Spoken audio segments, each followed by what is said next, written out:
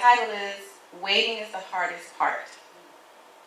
When you're waiting for something, God's perfect timing can often feel like a torture device or an empty phrase people resort to when they don't know what else to say. Just because we know God has perfect timing doesn't make it easier to wait on it. So what is God's perfect timing exactly? Paul, an early church leader, gives us a glimpse of it in Titus 1, chapter 1, verses 1 through 3. Paul reminds us that God does not lie. Then he reminds readers that God's promise has been set since before the beginning of time.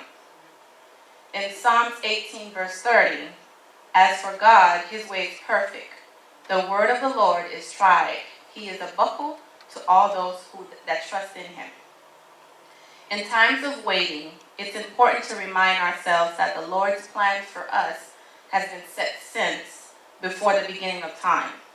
God is not surprised at how long things are taking. And it's not a mistake that things aren't happening as quickly as we'd like.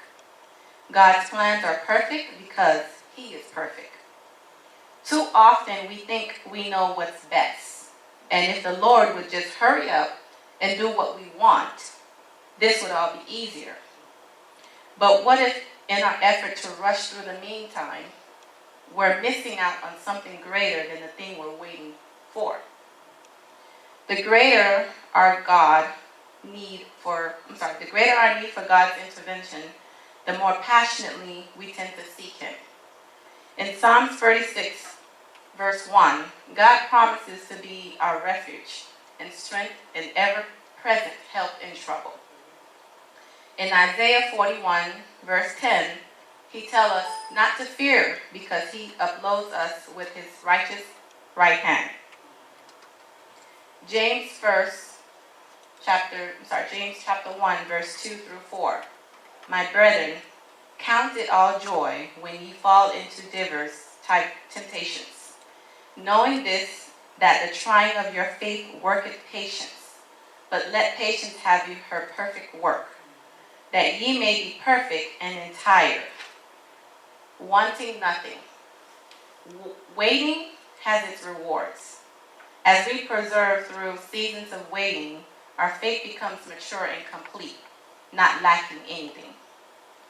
The best question we can ask when we're waiting are the ones that help us understand what God wants to show us in the meantime. Am I spending time listening to God and for God? Am I spending time with him in his word? What is the Lord teaching me during this phase of my life? What can I do to position myself to be ready for God to move? So in closing, are you waiting on something?